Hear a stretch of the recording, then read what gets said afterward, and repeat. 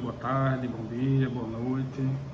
E aí, vamos conversar um pouquinho sobre os excludentes de antijuridicidade.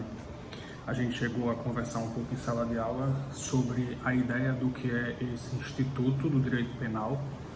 E só para relembrar um pouquinho vocês, os excludentes de antijuridicidade, eles fogem a toda a regra do Código Penal. Claro, eles são previstos legalmente dentro do Código Penal, mas são ferramentas excessivas, excessivas no sentido de em exceção. Em que sentido? Não faz parte da ideia do legislador ter sempre a ferramenta do não punir. Na verdade, o direito penal aí ele tem que preservar vários princípios, e um dos princípios que ele preserva nesse momento é o princípio da inderrogabilidade, ou seja, o Estado, quando necessário, não pode deixar de punir. Não há justificativa para tanto, mas daí o direito penal ele prevê algumas possibilidades de não reconhecimento dessa conduta antijurídica, desse fenômeno criminológico. E essa ferramenta ela não é de forma aleatória, ela existe mais como resguardar esse equilíbrio social também. Essas ferramentas serão cabíveis quando houverem justificativas para que o sujeito tenha empreendido nessa conduta antijurídica. E aí por isso que o legislador sempre fala nas escusas. O fenômeno da antijuridicidade, ele em si, por regra, ele geraria uma punição, mas o excludente, ele vem excluir a conduta antijurídica, mas pelo reconhecimento de que houve uma justificativa para a prática daquele fato. Houve uma escusa, houve um porquê do sujeito ter praticado aquela conduta. E aí o Estado reconhece que a característica principal da conduta antijurídica deixou de existir. E não havendo conduta antijurídica, não haveria punição. E aí a principal ferramenta, a principal diferença do excludente de antijuridicidade para o excludente de punibilidade. No excludente de antijuridicidade, não há a punição porque não há o fenômeno criminológico, não há o reconhecimento do crime. E se não há crime, não há punição. No excludente de punibilidade, eles são específicos, cabíveis a cada crime em si, e há o reconhecimento do crime. Há o fenômeno da culpabilidade, o sujeito tem a ponte entre a materialidade e a autoria. Entretanto, não haverá punição por características advindas de cada fenômeno.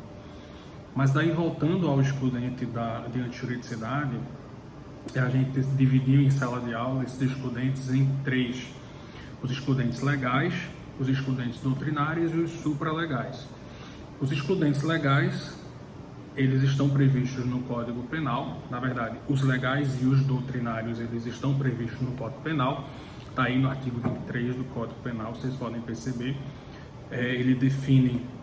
Cadê? Bora lá. Não há crime quando o agente pratica o fato: 1. Em estado de necessidade, 2. Em legítima defesa, 3. Em estrito cumprimento do dever legal ou no exercício regular do direito. Então, todos obedecem ao princípio da legalidade, tem previsão legal. Mas quando a gente divide entre legal, doutrinário e supralegal, a gente está falando mais na conceituação de sua estrutura. Os excludentes legais, eles foram definidos em lei e foram conceituados em lei. Eles são realmente institutos criados pelo direito penal. E daí reconhece como legais o estado de necessidade e a legítima defesa.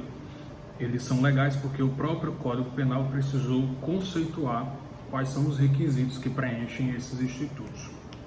Os institutos doutrinários, eles são apenas conceituados pela doutrina, porque não foram institutos criados, não foram excludentes criados pelo direito penal. Eles são emprestados. E a gente entra especificamente no inciso 3 do artigo 23, quando o sujeito age em estrito cumprimento do dever legal ou em exercício regular de um direito. Por quê? Nós já vimos que o dever legal ele não é criado pelo direito penal. O direito penal só está reconhecendo que, se for atribuído àquele sujeito um dever legal, e esse dever legal aproxime o sujeito de uma conduta criminológica, como, por exemplo, o uso da força, o cerceamento de uma liberdade, ou até o fato de necessitar macular a integridade corporal do sujeito, eles são permitidos por sua prerrogativa legal. Está previsto no dever legal daquele sujeito que ele pode fazer isso. E aí, não cabe ao direito penal constituir o que é esse dever legal.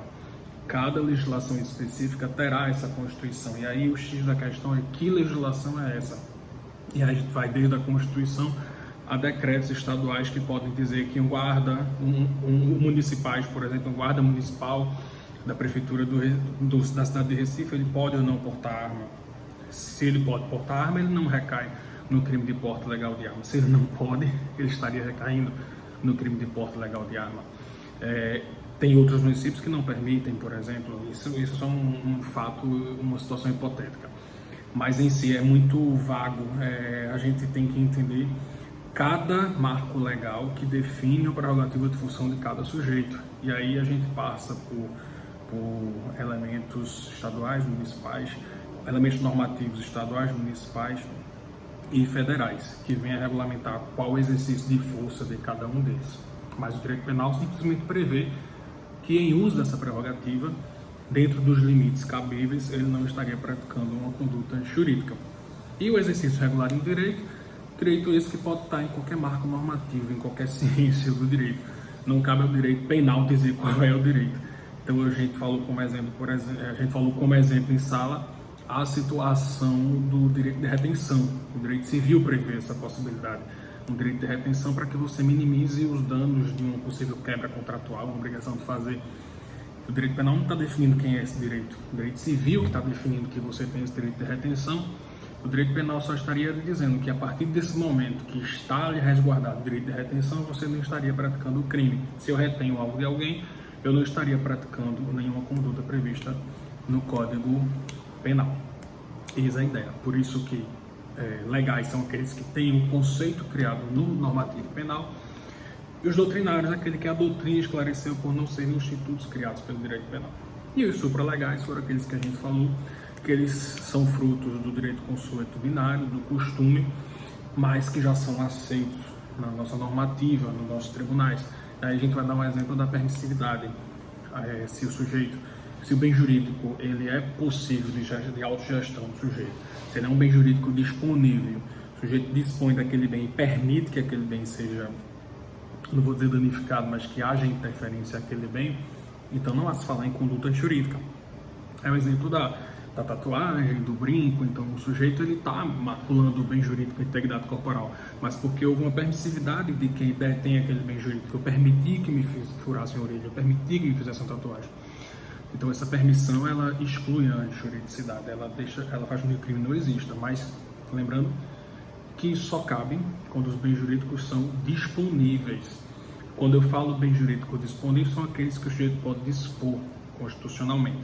O bem jurídico vida não é um desses bens jurídicos, e por isso que a gente ainda não permite a possibilidade da eutanásia. O sujeito não pode dispor do bem jurídico vida, o Estado não permite a autorregulação desse bem, a regulação desse bem é do Estado. Então não é possível nunca o sujeito querer retirar a sua vida e alguém o auxiliando. Esse sujeito que estará auxiliando estará praticando crime de homicídio. Por quê? Por não ser um bem jurídico disponível, portanto o sujeito não pode dispor e a sua permissão não exclui a juridicidade. Essa é uma revisão para a gente lembrar a que ponto estávamos. Mas vamos entrar em si, detalhando todos esses excludentes de antijuridicidade. Vocês lembram que a gente falou em sala que o que a gente vai começar a perceber para diferenciar esses excludentes de antijuridicidade é quanto ao perigo, principalmente quando eu falo no estado de necessidade da legítima defesa.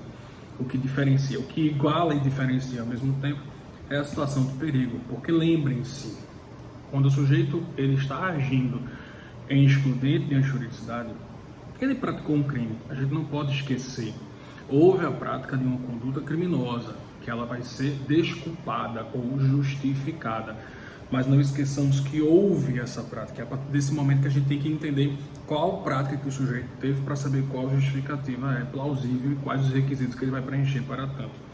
Mas essa prática desse crime, ela só pode existir quando a situação ainda foi em perigo. Eu só posso agir, praticar uma conduta antijurídica e ter uma justificativa para tanto se aquilo for suficiente para afastar um perigo. Eu só posso fazer se eu puder afastar um perigo contra o meu bem ou o bem de outra pessoa que eu estou resguardando. Mas se não for eficaz para afastar esse perigo, se o perigo já se concretizou, não há que se falar em excludente de antijuridicidade. A gente lembra do Raul Zaffaroni que conceituou que O dano é o perigo concretizado. Então, o perigo é uma possibilidade do dano ocorrer. O perigo é a possibilidade de. Então, no perigo, o dano ainda não aconteceu. A ofensa ao bem jurídico ainda não foi concretizada. Eu só posso agir em excludente antijuridicidade se eu ainda posso afastar esse perigo, fazendo com que o dano não se concretize. Eis a ideia. É o primeiro sinal de justificativa para a prática do crime. Se eu utilizei o excludente de antijuridicidade, a ferramenta que possivelmente seria posteriormente reconhecida como excludente, se eu utilizei com o dano já configurado, ou seja, o perigo já não era mais afastável, eu nunca vou poder utilizar o excludente de antijuridicidade, eu vou responder pelo crime. Então eu tenho que usar a partir desse perigo. E a gente passou a estudar quais eram esses perigos, né? O direito penal ele entende como existem vários. Criminologicamente, o perigo ele se divide em vários momentos e realmente o que diferencia um perigo do outro é o momento. Então, o que a gente tem que entender, principalmente para começar a diferenciar estado de necessidade e legítima defesa, é o que é esse perigo. O perigo para a gente vai ser ou atual ou iminente. O que diferencia um perigo atual de um perigo iminente é o momento ou as possibilidades de redução desse perigo ou de concretização desse perigo. Um perigo atual ele é um perigo que está mais fácil de se concretizar num dano, está mais próximo, na verdade é melhor entender dessa forma, está mais próximo de se concretizar em dano. Um perigo iminente, ele também pode se concretizar em dano, mas existem várias possibilidades de acontecimentos antes dele se concretizar. Então a gente pode entender que um perigo iminente ele é uma fase bem inicial, embrionária. Ele pode se transformar em perigo atual e posteriormente se concretizar em dano. É mais ou menos dessa forma que a gente divide. Um exemplo que a gente pode dar para isso é o fato do sujeito sacar uma arma e apontar para alguém. Esse sacar a arma e apontar para alguém, ele pode ser entendido como perigo atual ou perigo iminente. Depende muito do momento em si, né? Depende de todos os elementos que constituem aquela cena de crime. Mas, em regra, analisando friamente só essa situação, só levantar a arma, sacar a arma e apontar para alguém pode ser interpretado como um perigo iminente, porque ali existem várias coisas que podem acontecer. Compara o fato de você sacar a arma e apontar para alguém e entre você sacar a arma, apontar e atirar. Comparando os dois, fica mais fácil de você entender que simplesmente sacar a arma e apontar é um perigo iminente. Existem várias possibilidades de acontecimento até a concretização de um dano. Imaginemos que esse dano seria o resultado morte da pessoa. E levantar a arma, sacar a arma, apontar e atirar, essa quantidade de coisas que poderiam acontecer até a concretização do dano já diminuiu. O simples fato de atirar já é uma das possibilidades que podem acontecer ou não. Quando eu levanto a arma, saco a arma para a pessoa, eu posso atirar, não atirar, eu posso atirar e a arma falhar, eu posso atirar a arma funcionar, mas errar. Então existem várias possibilidades. Eu posso acertar, a pessoa não morrer, entende? Então existem muitas possibilidades. Quando eu saco a arma e já atiro, eu esgotei algumas coisas que já não podem mais acontecer. Por exemplo, a desistência voluntária não pode mais acontecer. A possibilidade do artigo 14, que é o fracionamento de intercrime, o sujeito ser impedido por uma circunstância ali, já não pode mais acontecer. Para a forma tentada não aconteceria, porque o sujeito já atirou, o dano já foi concretizado. Então, comparando esse momento com o anterior, o dano, o perigo aqui já é mais concreto, ele é mais possível de acontecer.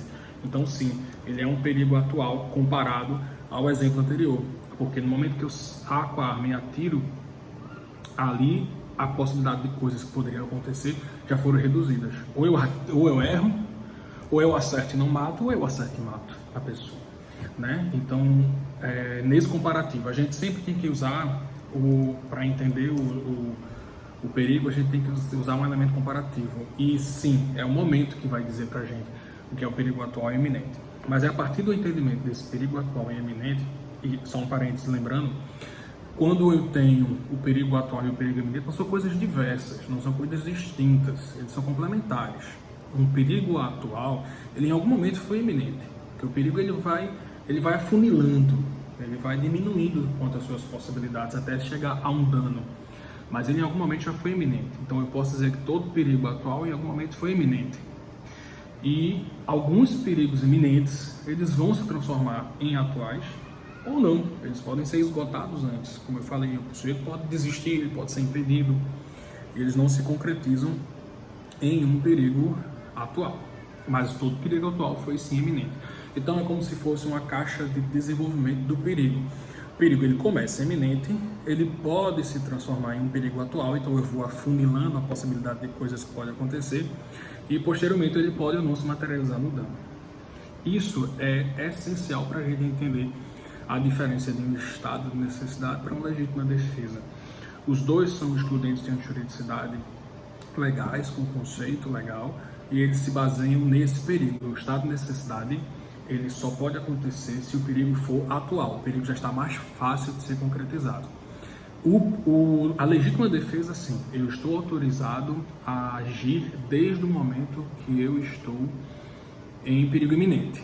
Vamos reforçar isso. Então, a principal diferença entre o estado de necessidade e a legítima defesa, e vocês vão entender daqui a pouco o porquê. O estado de necessidade, ele só pode ocorrer, eu só posso agir em estado de necessidade se o perigo já se transformou em atual.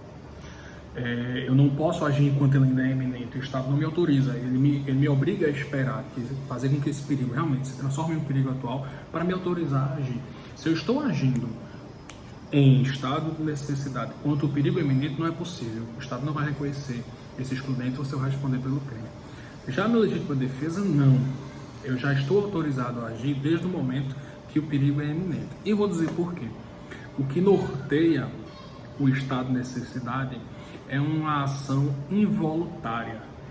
O estado de necessidade, normalmente, ele é originário. O perigo que me obriga a agir em estado de necessidade, ele normalmente é um perigo involuntário, ele não depende de vontade humana, e nem pode depender. Ele normalmente vem um evento aleatório, um fenômeno da natureza. Aquele perigo não pode ter sido provocado por alguém que possa exercer vontade. E difere da legítima defesa.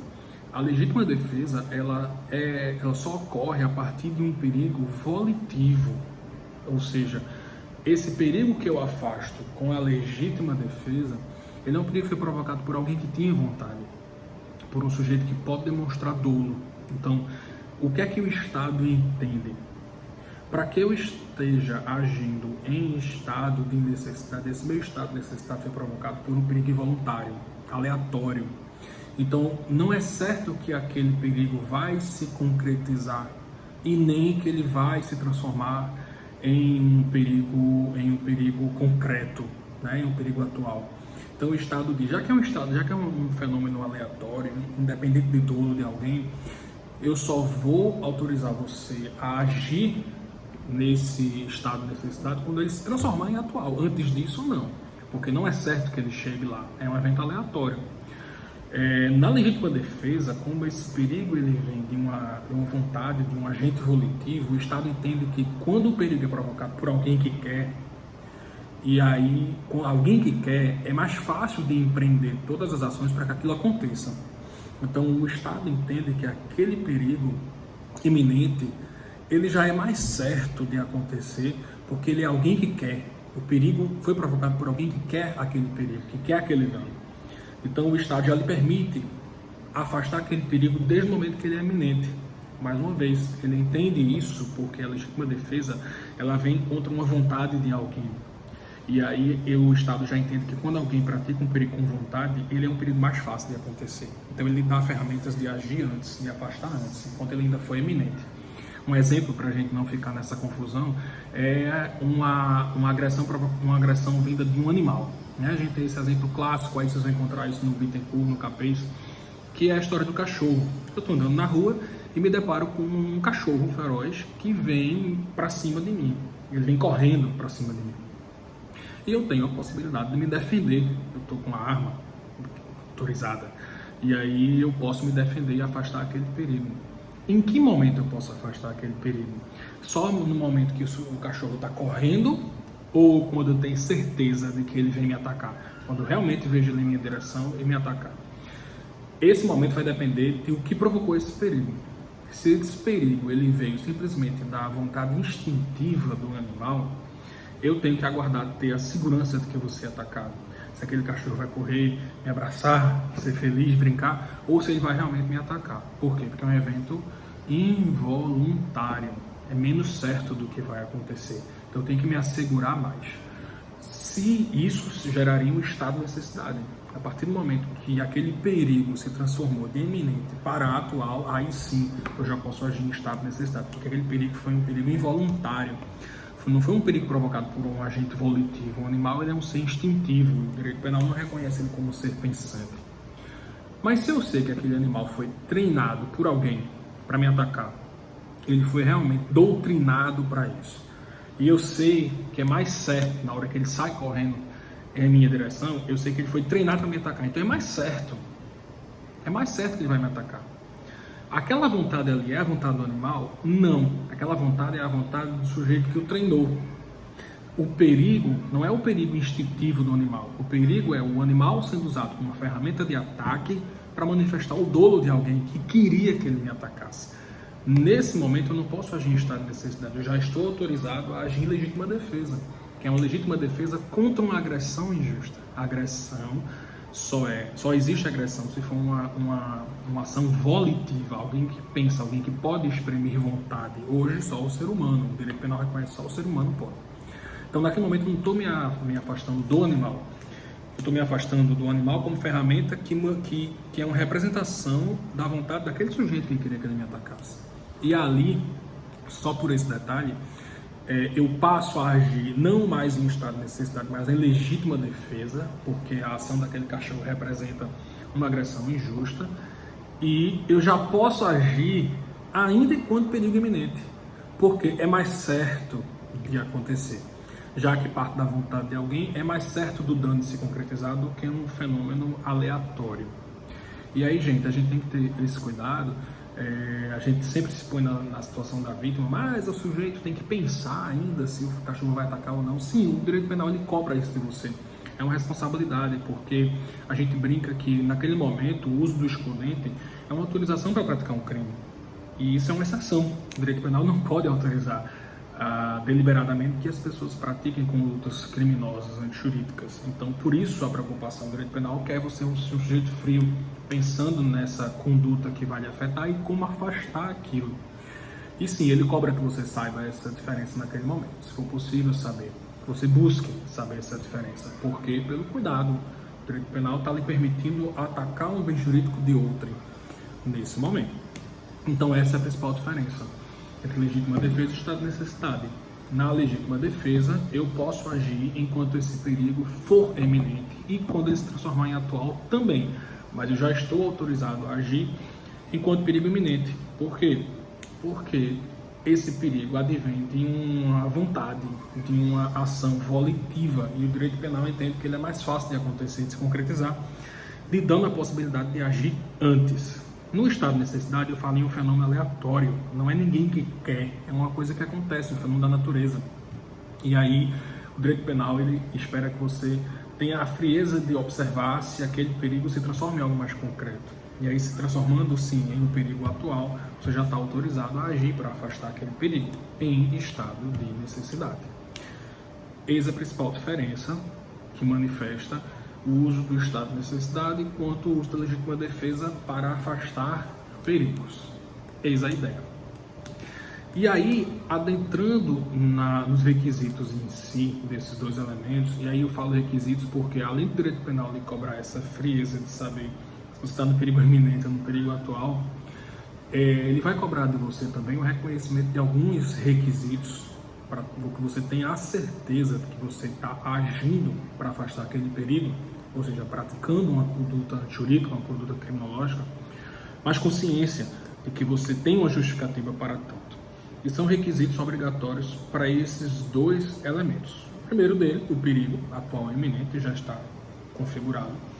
Eu tenho que saber também, um outro requisito é que esse perigo, ele advém contra um bem jurídico meu, e eu estou afastando esse perigo porque ele iria macular o meu bem jurídico, mas hoje também, eu digo hoje porque há uns 10 anos o direito penal não reconhecia isso, mas hoje já está pacificado, eu também posso agir em excludente e antijuridicidade, tanto em estado de necessidade quanto em legítima defesa, eu também posso agir para afastar um perigo que venha ameaçar um direito alheio. Eu estou autorizado a fazer isso.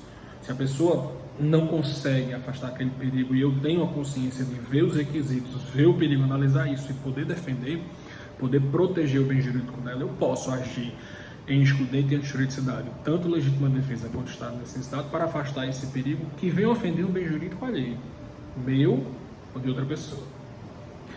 O que acontece é que esse perigo não pode ter sido provocado por mim. Eu, sujeito que vou afastar o perigo, eu não posso ter sido o sujeito que provoquei o perigo, principalmente quando eu falo em estado de necessidade, já que seria um perigo não diretamente voluntário, mas pode ser um perigo provocado por uma ação de alguém. Eu vou dar um exemplo de um incêndio. Tem um caso famoso de um jogador de futebol que jogava fora do Brasil e ele foi condenado pela justiça desse país por ter praticado incêndio na sua residência com o objetivo de ganhar o dinheiro do seguro. Era um golpe do seguro, a gente reconhece aqui. E na investigação foi visto que ele praticou um incêndio dolosamente para ter a indenização do seguro dele. Imaginemos numa situação dessa que o sujeito vai provocar um fogo na sua casa com a intenção de ter esse seguro. Só que ele não observa muito bem, achando que a sua secretária já teria saído da casa, ele acha que está só, mas na verdade ela se encontra em casa ainda. Quando ele provoca um incêndio, rapidamente o incêndio ganha proporções que ele não imaginou, né? Que é um evento aleatório. Fogo é um fenômeno da natureza, a gente controla, mas assim, é um fenômeno da natureza e pode ser expandido rapidamente. No momento que ele provocou um incêndio, o incêndio ganhou dimensões que ele não imaginava e ele, inclusive, passou a sofrer o perigo do incêndio que ele provocou. Na hora de sair de casa, só tinha duas possibilidades: ele saía ou a secretária saía. Qualquer um que ficasse naquele momento iria morrer. E ele age em estado de necessidade, ele empurra ela para poder sair. Quando ele sai, a casa explode e ela morre. Eu posso dizer que ele agiu em estado de necessidade nesse momento? Esse perigo, esse momento que ele pratica um crime, seria para afastar um perigo que afetaria o bem jurídico dele? Teria todos os requisitos, né, assim, de ser um perigo involuntário, algo que realmente não foi provocado por ninguém, não aquela expansão, mas ele não pode alegar o estado de necessidade porque ele provocou o perigo. Mesmo que ele não tivesse a intenção daquele perigo ganhar aquelas proporções, de começar a trazer perigo para o bem jurídico dele, não era a intenção dele, mas sim, o fato gerador do perigo foi dele. E só por esse detalhe, ele perde a possibilidade de agir em excludente de antijuridicidade e estado de necessidade, porque foi um perigo provocado por ele, simplesmente. Eu tenho que assegurar de que não fui eu que provoquei o perigo. Se eu provoquei o perigo, dolosa ou culposamente, eu vou responder pelo crime e não vou poder agir em excludente de antijuridicidade. Existem algumas correntes que têm ganhado força. Não está pacificado, mas já é uma corrente majoritária que defende quando o sujeito pratica culposamente. Vamos entender essa situação. E aí, esse culposamente também depende se o sujeito é garantidor ou não. Então, imagina que eu estou em casa e vou acender uma vela, porque faltou energia na minha casa. Eu acendo uma vela e deixo aquela vela perto da janela, que tem cortina e tem vento. E aí, aquela cortina pega fogo, ganha grandes proporções, a casa incendeia e a gente se encontra na mesma situação. Ou eu me salvo ou a outra pessoa. Eu provoquei o perigo, não deixo de ter sido eu, mas foi culposo. Quando eu fiz, eu não tive a intenção de provocar nenhum incêndio. Eu queria iluminar minha casa. E eu não sou um garantidor. Deveria, né? Mas não sou. Eu deveria entender, mas não tenho a obrigação de saber que a vela colocada perto de janela, com vento, com cortina, daria uma chance de expansão daquele fogo, provocando um incêndio. E aí, nesse momento, a doutrina reconhece que isso não me faz perder o direito de agir em estado de necessidade. Esse provocar culposamente, mas um culposo pleno, faria com que eu ainda pudesse agir em estado de necessidade. Agora imaginemos que nessa mesma situação eu sou um bombeiro. Eu sou um bombeiro e eu tenho treinamento para saber que não se deve ligar ou acender chamas perto de janela, com vento, perto de cortina, e mesmo assim eu faço. Aí, por ser garantidor, vamos lembrar que dolo eventual é um dolo que se origina como culpa, mas por influência de dois eventos, quais sejam a assunção de risco pela forma que eu pratiquei o crime ou por ser um garantidor, essa culpa se transforma em dolo. Nesse momento, quando eu sou um garantidor, essa culpa ela não é uma culpa originária, ela se transforma em dolo. E aí, em sendo doloso, provocar esse incêndio dolosamente me faria perder a possibilidade de agir em excludente, antijuridicidade e em estado de necessidade. Ok? Eis a ideia. Então, a situação de perigo não pode ter sido provocado pelo agente, e esse agente que provocou o perigo não pode justificar o estado de necessidade. O artigo 24, que é o artigo que define o estado de necessidade, ele abre um parágrafo primeiro para dizer o seguinte: não pode alegar estado de necessidade quem tinha o dever legal de enfrentar o perigo. Aí ele volta mais uma vez à figura do garantidor. Ele está dizendo, o sujeito que é garantidor para enfrentar o perigo, e quem define isso é a nossa organização normativa, que eu digo que o bombeiro estadual ele vai ter a prerrogativa de entrar no mar, enfrentar tubarão, enfrentar mar revolto para salvar a vida das pessoas. O bombeiro vai enfrentar fogo, o policial civil vai enfrentar tiroteio, assalto. Então ele define quais são os perigos que cada um enfrenta. Não é o direito penal quem define, é a legislação específica quem define. Mas o direito penal, no parágrafo 1º, está dizendo que esse sujeito que tem a obrigação de enfrentar aquele perigo, ele não pode alegar estado de necessidade para não enfrentar o perigo, mesmo que não tenha sido um perigo por ele provocado, claro, mas ele, em regra, teria sido um perigo que ele foi treinado para enfrentar. E aí esse garantidor, ele não poderia nunca dizer, não vou enfrentar o perigo por estado de necessidade. Ele teria a obrigação de enfrentar. Pelo menos essa é a ideia inicial do nosso legislador. E com o tempo a doutrina foi criticando, isso foi amadurecido. O próprio Guilherme de Souza Nucci, ele trouxe uma definição para isso, que é do ato heróico.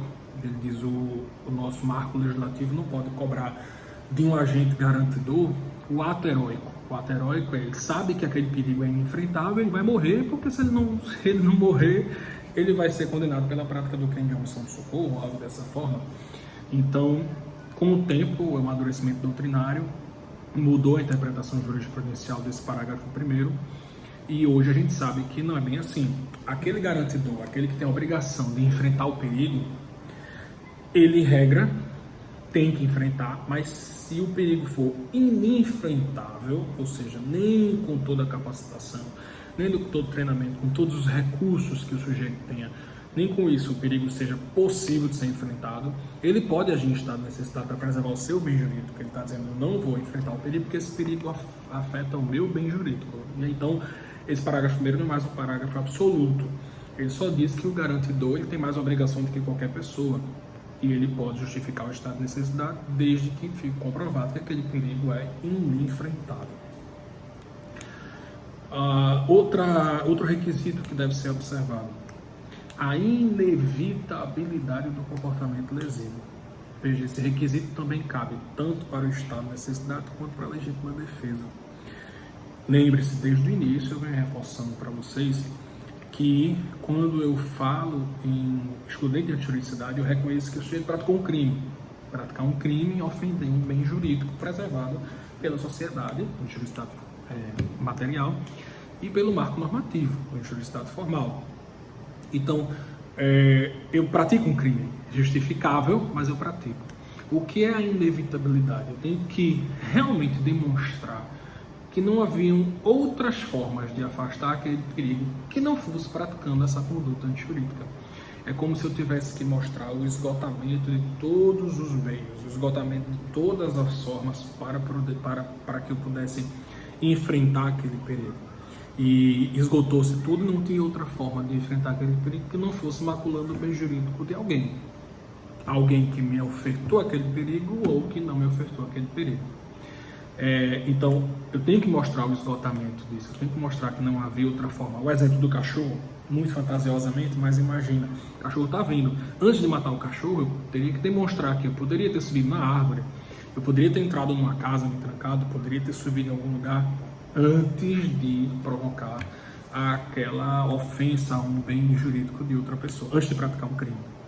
Se eu não comprovo ser possível enfrentar aquele perigo sem esgotar outras vias, eu não posso me utilizar do excludente antijuridicidade. Isso é reconhecido se ficar muito claramente para o aplicador do direito nesse momento, de que não havia outra forma de enfrentar aquele perigo que não fosse praticando um comportamento lesivo, praticando um crime. Eis a ideia. Um outro requisito é que eu tenho que ter um conhecimento da situação justificante. É essencial que no momento que eu pratico a conduta, essa conduta antijurídica que vai ser justificável, eu tenho que ter o conhecimento antes de iniciar a conduta, antes de ter esse dolo. Eu tenho um exemplo disso que eu uso muito, um exemplo que eu vi, acho que foi no livro do Bittencourt, se eu não me engano. Mas é muito simples. Imaginemos que eu estou passando numa rua na cidade e vejo uma farmácia, um medicamento muito caro. E esse medicamento, vamos entrar no contexto atual, imagina que esse medicamento é um medicamento que cura o Covid-19. É a vacina contra o coronavírus que provoca a doença do Covid-19.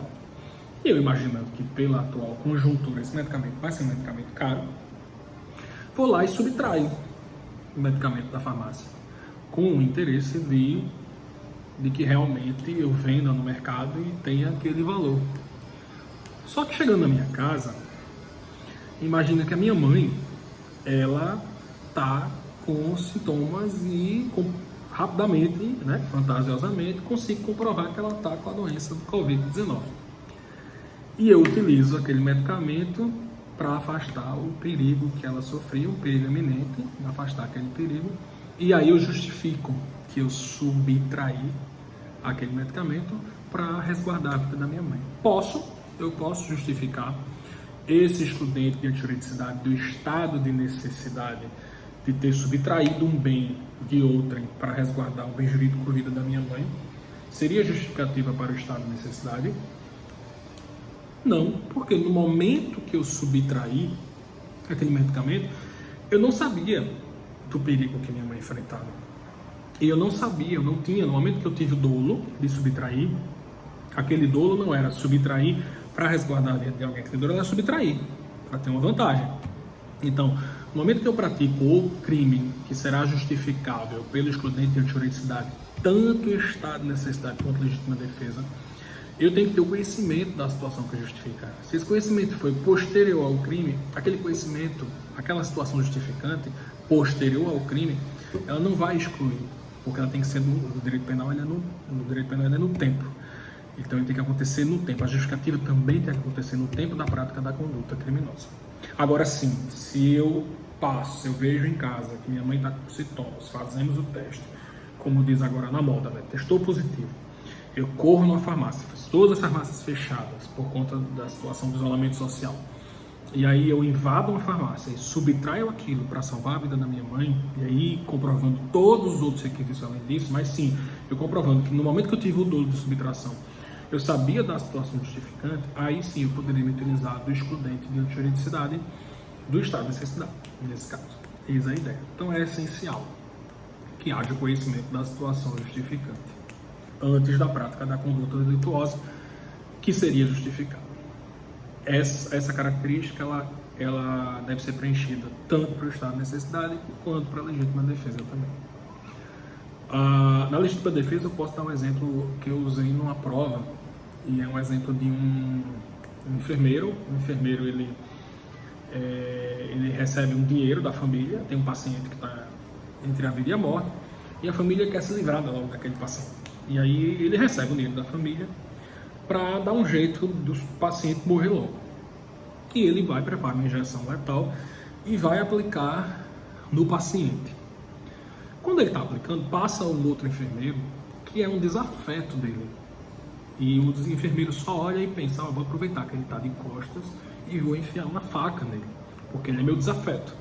Então o enfermeiro A está lá inoculando o veneno no paciente, e o B vê o enfermeiro, não sabe o que está acontecendo, só pensa, vou lá enfiar uma faca nas costas dele porque ele é meu desafeto.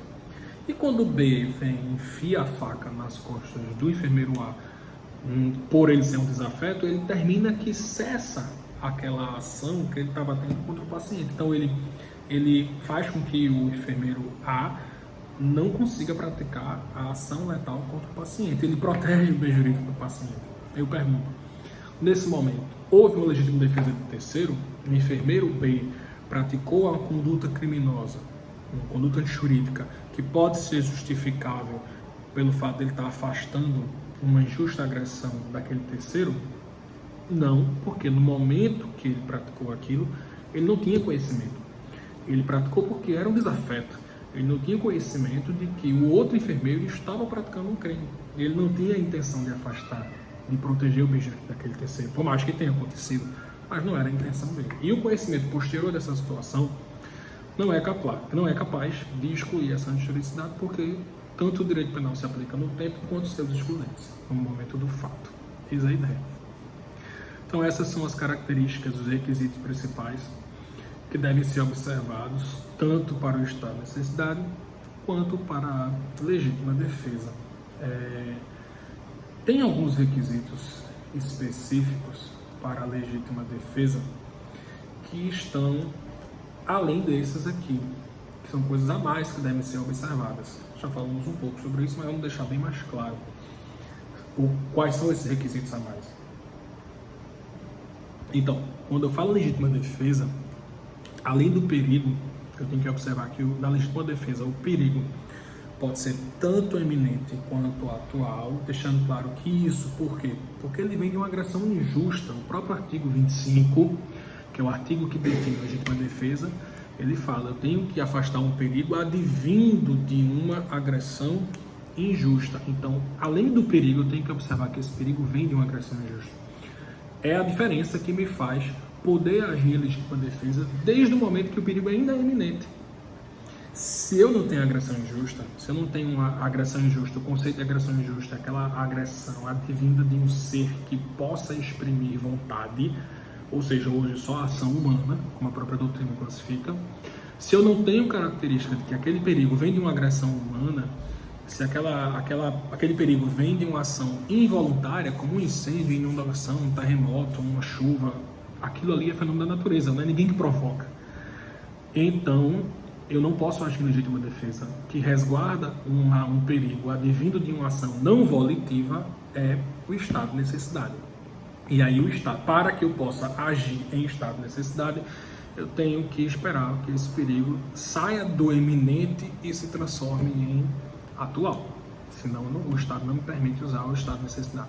Mas sim, a legítima defesa, além do perigo, o perigo tem que estar concretizado por uma agressão injusta. E um detalhe final que a gente tem que ressaltar, tanto para o estado de necessidade quanto para a legítima defesa, meus amigos, e isso é imprescindível porque é a grande dúvida da gente, em que momento aquele bem jurídico é maior ou menor que o meu, em que momento eu estou autorizado a agir justificadamente, a praticar um crime mesmo que justificadamente. É essencial a gente saber que não existe no direito penal uma tabela de bens, de valoração entre o bem jurídico. E por mais doloroso que seja, a gente tem que aceitar que nem sempre o bem jurídico por vida vai ser o mais importante. A gente tem que ter a mente aberta para isso. Sim, o bem jurídico por vida é um bem jurídico mais complexo, principalmente porque é um bem jurídico impossível de ser reposto. Mas é um bem jurídico difícil de ser validado enquanto monetariamente falando, é um bem jurídico que não se tem valor a ser atribuído, diferente do patrimônio, mas sim, é o bem jurídico mais difícil de ser reposto. Normalmente, ele é o bem jurídico mais valorado, mas não quer dizer que ele vai ser sempre o bem jurídico prezado acima de outro, ele não é superior a nenhum outro. Isso pelo direito penal, ele reconhece em alguns momentos que outros bens jurídicos podem, em determinadas circunstâncias, ter igual ou valor superior ao bem jurídico vida. Na hora que a gente vai agir tanto em estado de necessidade quanto em legítima defesa, a gente tem que ter certeza de que inexiste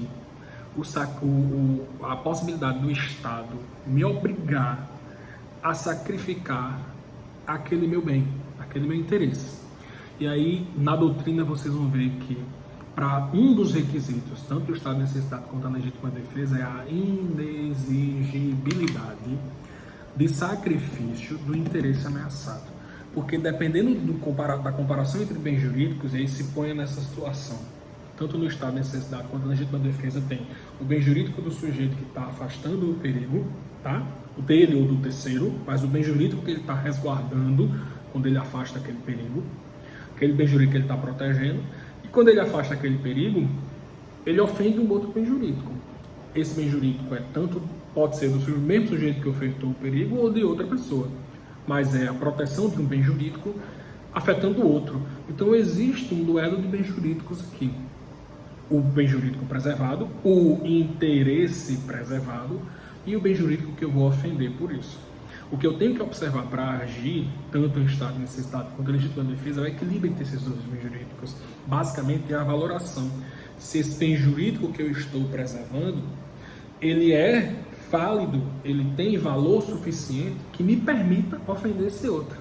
Então, não é qualquer bem jurídico que eu vou preservar que vai me permitir ofender o outro bem jurídico. Essa valoração tem que ser feita, é um dos requisitos essenciais. Mesmo que eu preencha todos os outros, eu tenho que deixar claro que esse bem jurídico que eu preservei, ele tinha um valor que me justificava ofender o outro. Então, ele não era exigível. O Estado, ele não poderia exigir o sacrifício desse meu bem. Quando é que ele pode exigir o sacrifício desse meu bem?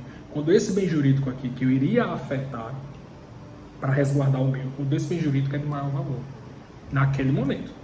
E ele sendo de maior valor, o Estado deve exigir que você sacrifique esse seu. E aí você não pode agir em estado de necessidade nem legítima defesa, porque o valor do seu bem jurídico não justificava a agressão do outro.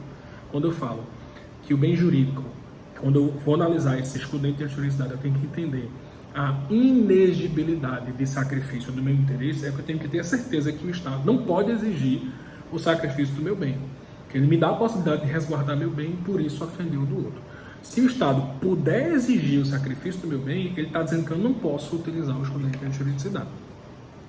E aí, amigos, eu uso muito a teoria da Combe para explicar essa situação de valoração de bens jurídicos. A teoria da Combe, essa coisa absurda, criada uma brincadeira, mas para facilitar esse entendimento, é uma teoria até que foi exemplificada por Raul Zaffaroni, quando ele disse que você se põe numa situação de uma Kombi, numa ladeira, ele quis fazer uma valoração entre bens e em que momento da vida da pessoa, dependendo dos fatores externos, esse bem se torna de um maior valor do que o comum, do que o social. Então você se põe numa Kombi, você está dirigindo uma Kombi, não sei porque é a Kombi, mas vai ser ela, ladeira abaixo, essa Kombi perde o freio. E aí você vai se deparar com duas possibilidades. Sempre você vai ter duas possibilidades. E aqui realmente só tem essa chance, não tem outras. Ou você ofende um bem jurídico ou outro. É esse comparativo. Você vai sempre ter que escolher entre um e outro. E aí veja como isso vai mudar dependendo de quem está dirigindo a Kombi. Então veja, no momento que eu estou de ladeira abaixo, se eu jogo a Kombi para o lado direito, eu vou possivelmente ofender o bem jurídico vida de uma criança, e se eu jogo para o lado esquerdo, eu estou ofendendo o bem jurídico vida de 20 crianças que estão jogando futebol, um grupo de crianças. E aí, só essa análise com esses fatos, a gente vai perguntar qual você ofenderia, uma ou uma multiplicidade? E aí, a única característica que eu tenho para dosar isso é o fator quantidade. Uma vida ou várias vidas, né? Então, na maioria das pessoas, iria proteger uma pluralidade de vidas e ofender uma. Se eu só tenho essas duas chances, eu vou preservar o máximo de vidas que eu puder. E aí, o outro comparativo é essa mesma situação, você tem um grupo de crianças e do outro lado uma pessoa só. Só que essa pessoa que está do outro lado é sua mãe, ou um ente querido seu, um filho, mãe, uma pessoa que você gosta, é uma pessoa só. E ali é uma pluralidade de pessoas. Nesse momento, o padrão quantidade passa a ser o único a ser importante? Não. Eu, do sujeito que estou dirigindo a Kombi, passo a ter um laço de afetividade com aquela unidade de vida. E o fator afetividade, ele é um fator externo que vai importar na hora da valoração dos bens jurídicos. Eu tenho uma vida, uma pluralidade de vidas. Veja, só que essa vida é uma vida de um ente querido.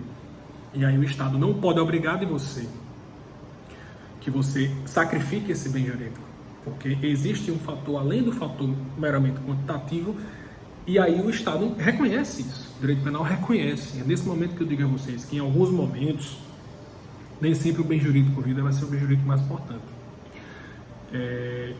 Não é só o quantitativo e nem a perspectiva do que é o bem que vai importar. O fator de cada caso, o fator humano, o fator envolvimento, tudo isso pode fazer com que um bem jurídico seja mais importante que o outro.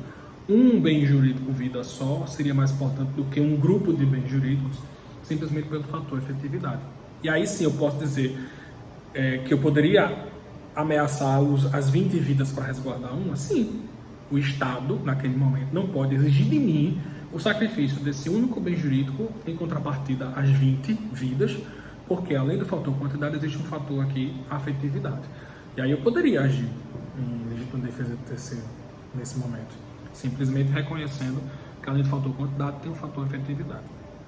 Um exemplo mais, nesse mesmo contexto, o exemplo mais polêmico é quando eu tiro vida e boto patrimônio.